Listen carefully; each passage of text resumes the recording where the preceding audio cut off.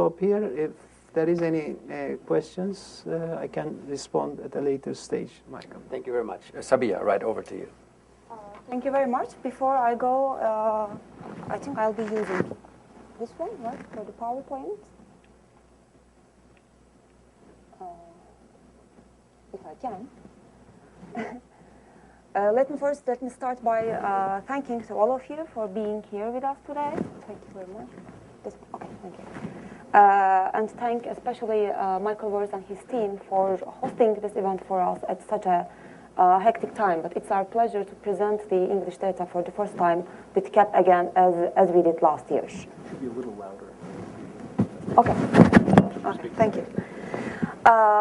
Some of the key data are already presented by Mr. Paker and Professor Akgün, so I'll try to be rather quick and skip some of the slides. I'll just try to highlight the differences among the 3 years and some key points that we think that are important, and then we can go into the details if you have questions, and I hope you'll have.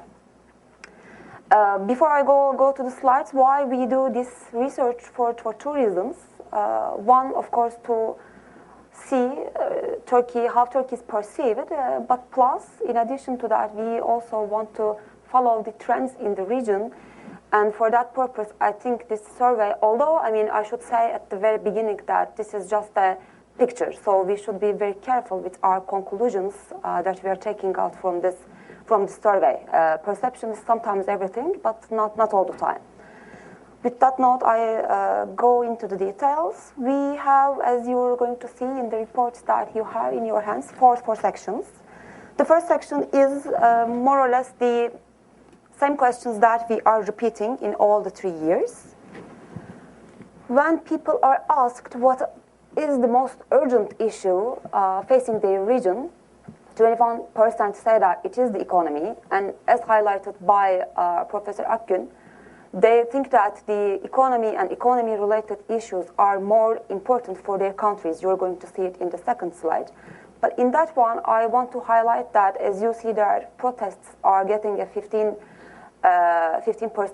This is a result that we are taking for the first time. All this question and the second one are asked open-ended, so they can give any answer they wanted, and protests are, for the first time in these 3 years, we are having them as one of the urgent issues, and this is very understandable with the turmoil that the region is having. In the second one, economic issues are more of an important issue for the countries themselves. Here we also see that elections come up for the first time this year as an important issue of the countries. And as we can imagine, Egypt is the country who highlights the importance of elections. I will not go into the details of this one, since it is already discussed by Mr. Akgün, and in the following slides we are going to get back to this one. Here, maybe it might be only important to highlight that the order changed. In the last 2 years, in 2009 and 2010, it was Saudi Arabia who was ranking as the first country. Now, as you see, this time it is Turkey, and Israel with 10% is, of course, the least favorable country, with 32. US follows that. On regional security, we have a set of questions. Here, the first one that we wanted to understand the impact of certain actors on the peace in the region. Turkey ranks the first with 77, and I have to say that actually the role of the Western countries in general are, for the first time, that much favored in the region. I think this is because of the support that the West is giving to the democratization demands from the region. And NATO is making a peak, especially in Libya. I don't think NATO will get such favorable results again from the region unless there's an unexpected another intervention. And China and Russia, I think it's also important to highlight that Syria is, of course, the number one country who gives the most favorable opinion on China and Russia. Which country poses the greatest threat to the region? The answer doesn't change in the three years. It's Israel. Iran is the only country who doesn't give Israel as the first answer. they highlight the United States being the first threat to the region. When we come to Iran, Saudi Arabia and Iraq are the countries that highlight Iran as posing a threat to the region. When we get to Iran and its developing nuclear weapons, good news maybe for all of us that the support to the Iranians developing nuclear weapons is dropping, even in their own country. Even Iranians are this year less supportive of their own countries developing nuclear weapons. You can find the details in the report, so I'm not going into specific answers from the specific countries. And this is a new question that we added this year. We wanted to see whether the death of Osama bin Laden made any difference. As you see, 43% of the respondents say that it has changed nothing. So maybe it wasn't that much important for the people of the region as it was to the US and to the Western alliance. And a region in transition, this is the new set of questions that we included, depending on the developments in the region. I'm going to skip that one. We asked two questions to understand the effect of the Arab Spring on the region, and we use the term Arab Spring, although I'm personally and we are not very fond of that word, since it makes sense to the people. We asked the effect of the Arab Spring on the region, and you're going to see in the next slide in their own country. For the region, people are more optimistic. 60% in the regional weighted average say that it has a positive effect on the region. However, when we get to the respondents' own countries, the regional average decreases to 52. And as you can see, some of the countries who are actually in this slide, you can see that they think that it is more, the Arab Spring has more positive effects for the region, but you see in the second slide that it is seen as less positive for their own countries.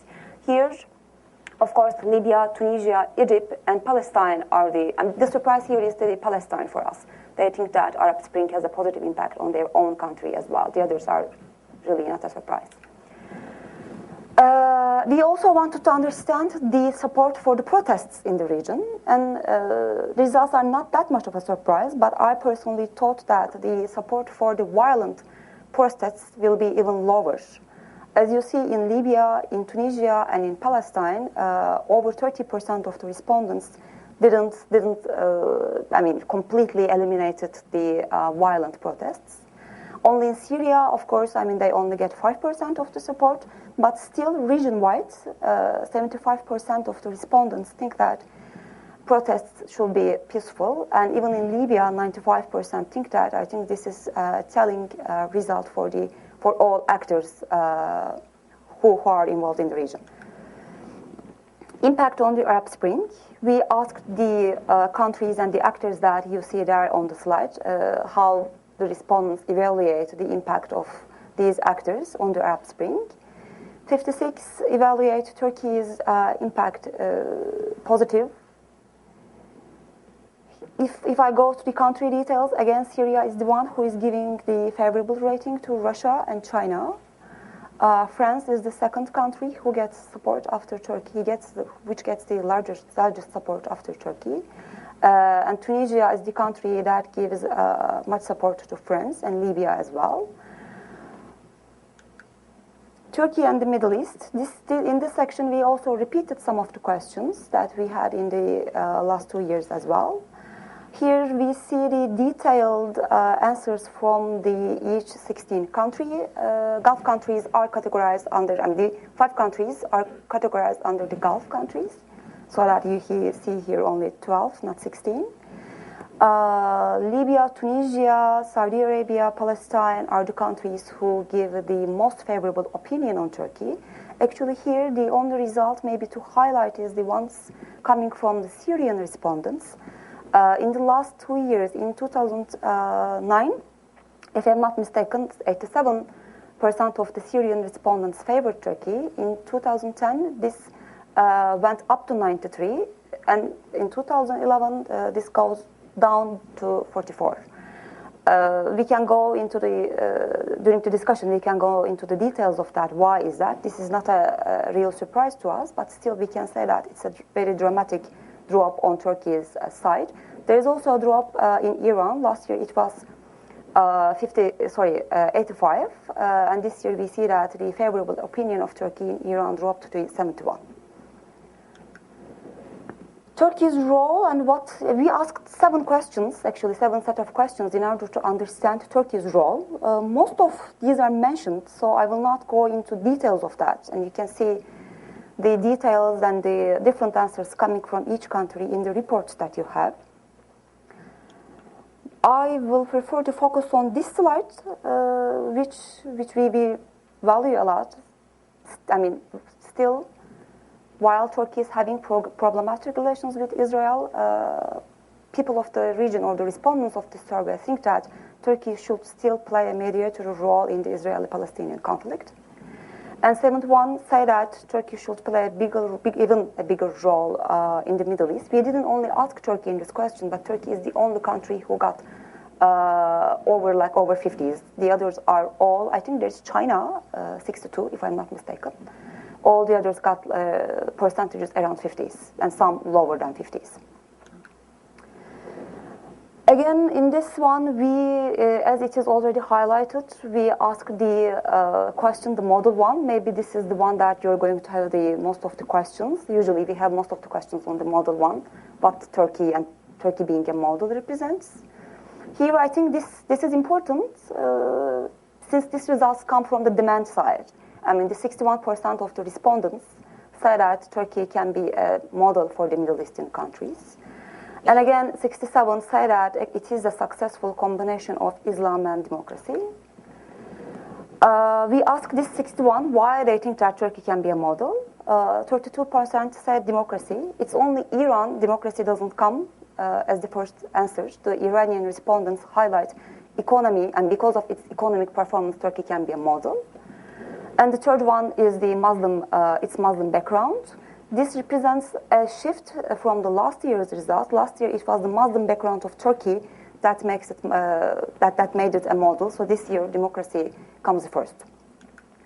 And of course, we asked the 22% who said that Turkey cannot be a model why they think so.